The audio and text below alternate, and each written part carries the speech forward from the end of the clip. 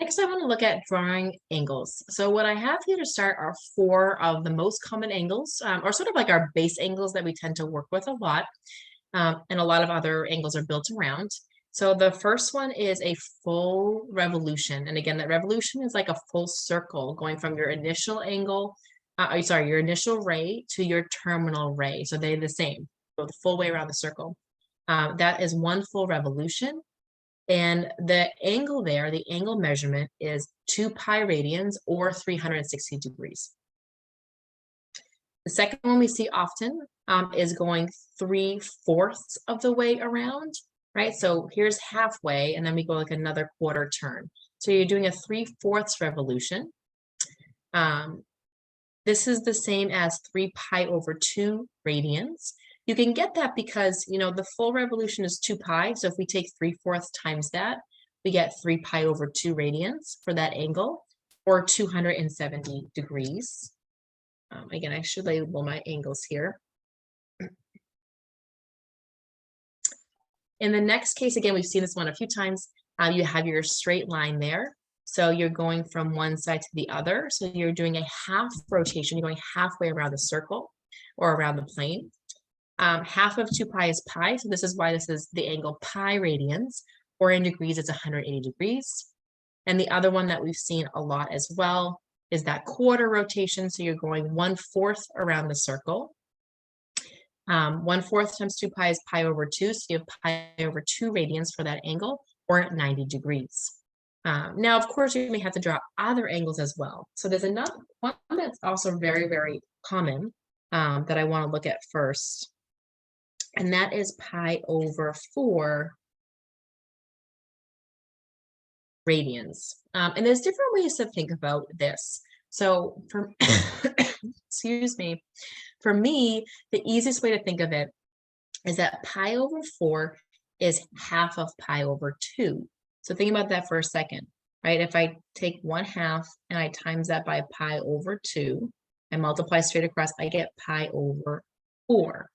So it's going to be half the angle as well. Everything stays in proportion. So what your graph is going to look like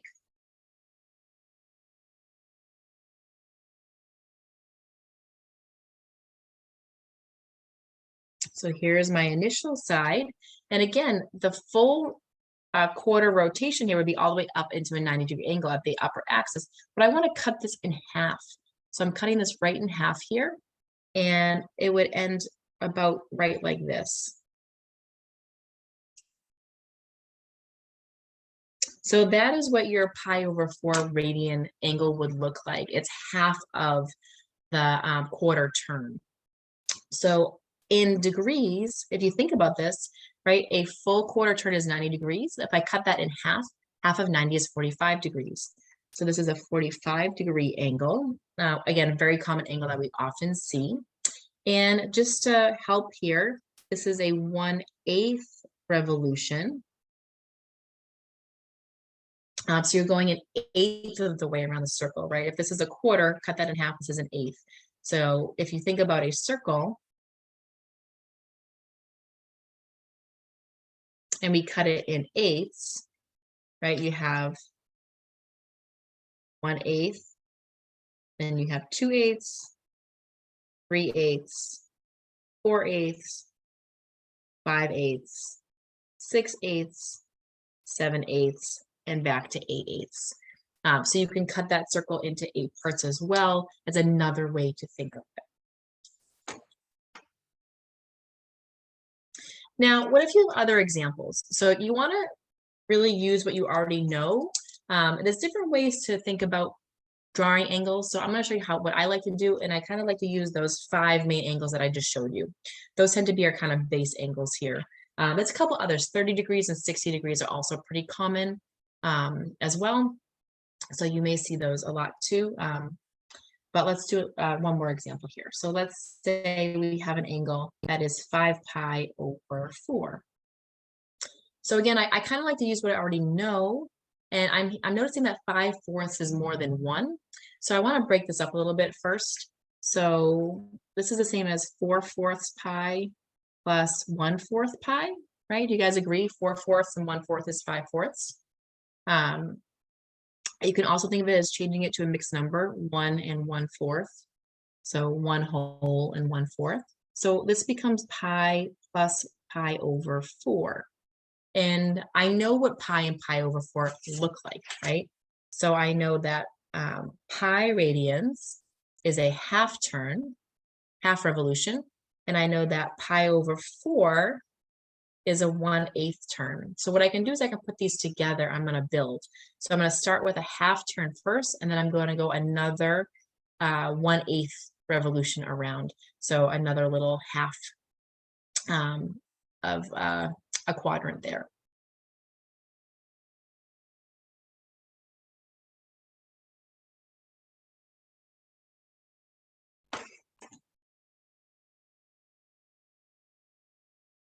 So I start with my initial side. It's a positive angle, so I'm going counterclockwise. Again, this goes first.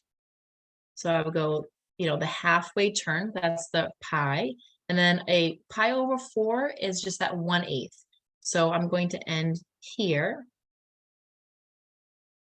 And that's what 5 pi over 4 degrees would look like.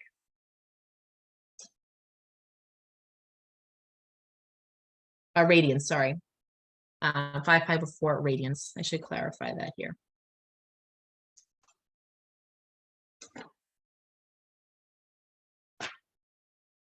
All right, let's try another example. We'll use a beta symbol.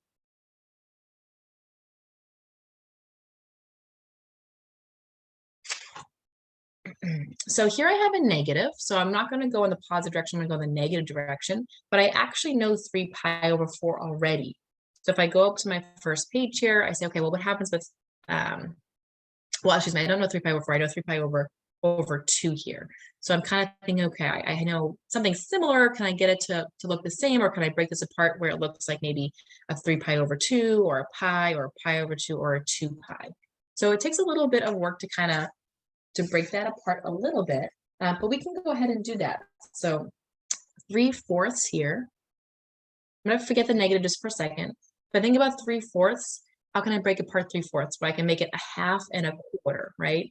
So this could be a half pi plus a 4th pi. And again, they're both negative. So I have a pi over 2, and I have a pi over 4. So what I'm doing here, so I'm looking at the one, so I end up not using this one, even though I thought maybe I would. I'm using, let's see, pi over 2. I know that's a quarter revolution, and pi over 4 is, I know, an 1/8 revolution. So again, I'm going to put these together.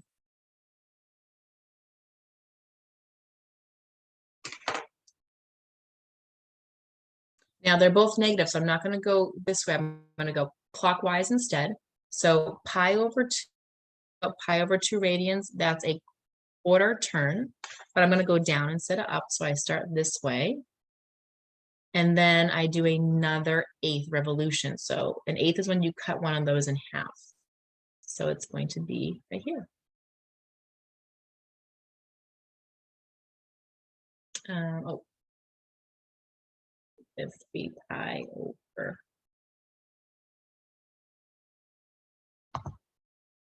So for each of these examples, you're really just trying to break it down into something you already know and are familiar with. So use the angles we already are comfortable graphing. There's those kind of main 5 there that we've seen. And we can break it down that way. Let's do maybe one more. We have a gamma symbol that looks like a Y kind of, but it's a G. And let's do 9 pi over 4. And of course, I'm not labeling these, but these are all in radians. All right, now if I see something bigger than 1, I definitely want to break that apart as well. So 9 pi over 4, well, let's see. If I change this over, 4 goes into 9 2 times with 1/4. So I have 2 wholes there. So I have 1 whole pi plus another whole pi plus an extra 4th. So I have 2 pi plus pi over 4 here, if I, again, break this down into different pieces. Well, go back to what we know. 2 pi is a full circle right around.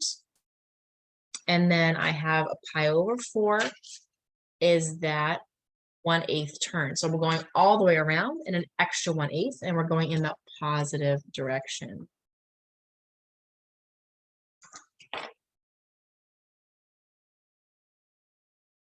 So you're going all the way around, and then you're going an extra 1/8 turn.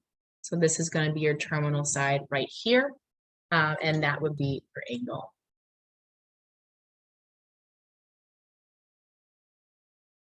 So these do take a little bit of practice, I'm not going to lie. You want to think of them really like puzzles and how you can break the angles down into something you already know.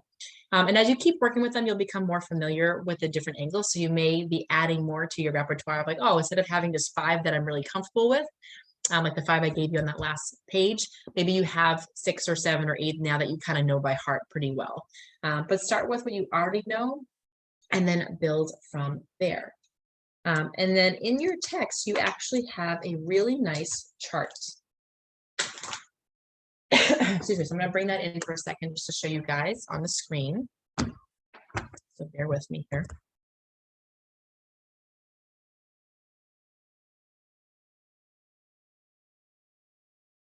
Okay, so this is in your text.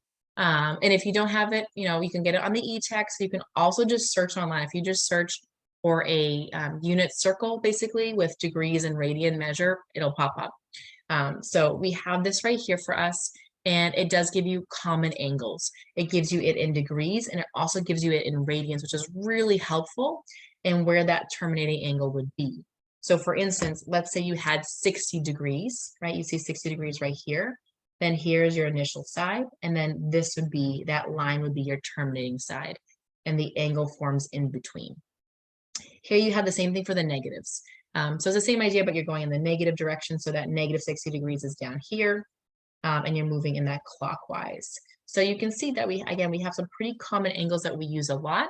So having a chart like this, or kind of even making your own, is going to be really helpful. And you should see also, again, you can find these in your text, and there's a lot of online resources as well where you can find them pretty much anywhere. Another nice resource that we do have, let's see. Okay. And again, this is in your text, but you could search for this online as well. These are pretty common angles. Is instead of having it in the circle, if you find that confusing, it's just kind of written out. So you have, again, use the main things here, your radian measure with your degrees. So you don't have to do every single conversion. You can use the common ones if you know them. And then if it's a different one, then you can convert it over yourself. But these ones we use a lot. So 30 degrees is pi over 6. 45 degrees is pi over 4, and so on. So you have your most common angles there in both degrees and in radians. And then you also have what that revolution looks like around the circle, if you find that helpful. Again, you have this in your text, but if you don't have the printed text or you don't want to go the e-text, you could also just Google search, common angles, degrees to radians. And there's a lot of these charts that will pop up for you that you can use at home.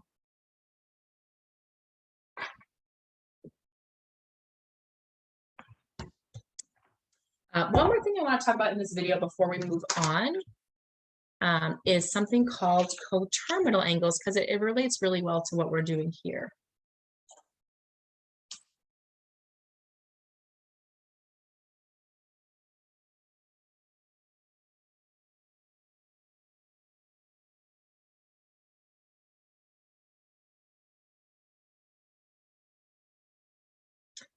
So these are angles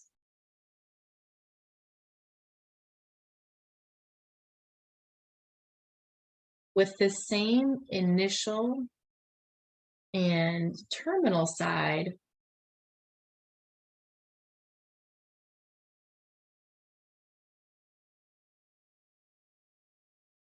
but possibly different rotations. So let me show you a couple of examples here.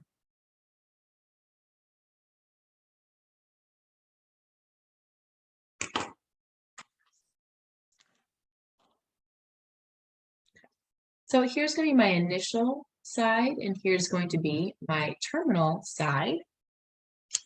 And for instance, one thing is if we go in this direction, right, this angle here is, I'm going to use degrees for a second, is 90 degrees. So we know that one. But we also can use the same initial and terminal angles. We could have gone in this direction. And if you did that, you'd actually see that that angle is negative 270 degrees. So we've used the same initial and terminal sides, but there's different angles there, right? This one is positive 90, this one is negative 270, but it's actually the same initial and terminal side. So those are called coterminal angles. Another common way to see coterminal angles is also if you go more than one revolution.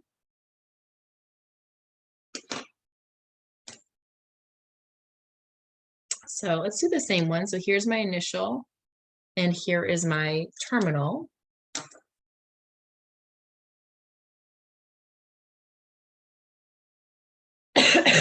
Excuse me, I apologize. And again, so you have here 90 degrees. I'll do radians this time. So we'll just say pi over 2 radians. But what also could happen is maybe you started here, maybe you went around the whole circle first, and then you ended back up at that terminal side.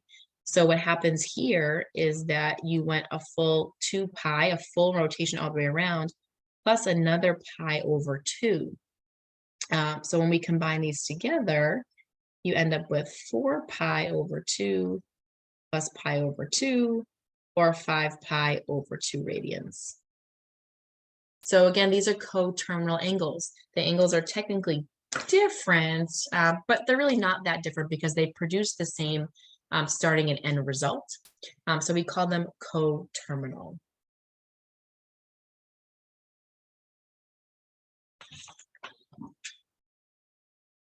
All right, so let's do a couple more examples here for finding coterminal angles.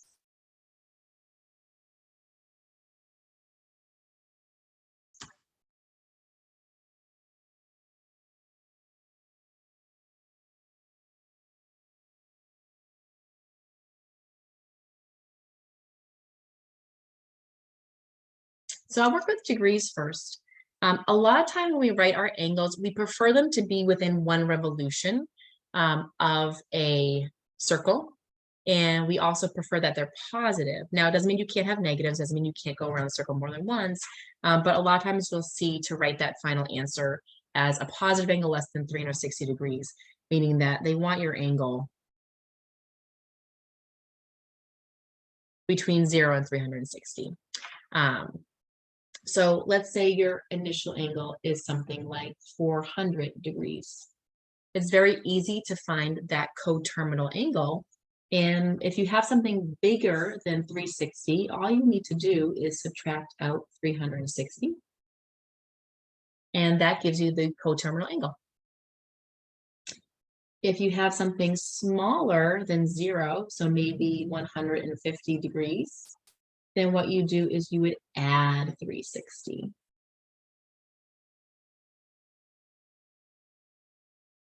So 210 degrees. And if something goes around more than once, like let's say you had something like maybe 750 degrees, then what you do is that's obviously bigger. So you just subtract 360 more than once. So we subtract it once. That sheet and bring out my calculator for a second here. Let's see. And I get 390. It's still too big, so I just subtract 360 again. Then I get 30 degrees. Now we can also do this with radians.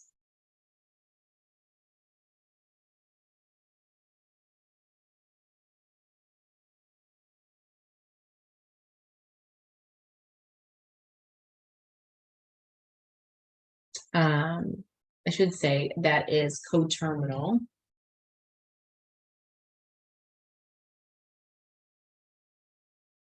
With the given angle. And I read the same thing above. I kind of left that part out. But obviously it's coterminal, so it's the same starting and ending point.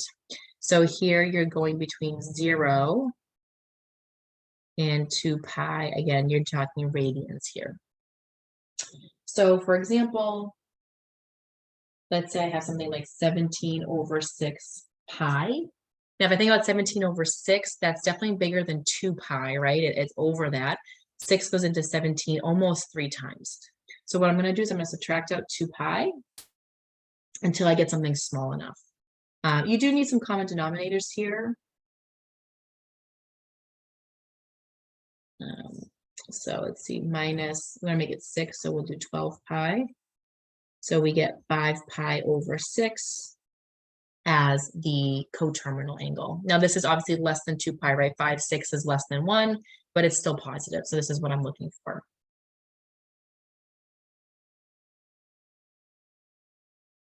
And again, let's say you had a negative, then what you're going to do, just like we did here, instead of subtracting, you're going to add. So here we're going to be adding that 2 pi. And again, you have a little bit of fraction work to do here. That becomes 4 pi over 2 to get common denominators. Negative 1 plus 4 is 3. So this becomes 3/2 pi. Now this is correct. It's positive and it's less than 2 pi, right? 3/2 is 1.5, so it's less than 2. So it fits that description there. So these are coterminal angles, meaning they have the same initial starting side and ending side. And even though the angles look different, they end up producing, and the angles technically are different, right? So, 3/2 pi and negative pi over 2, those are different. One's a positive rotation, one's a negative rotation, but they produce the same end result.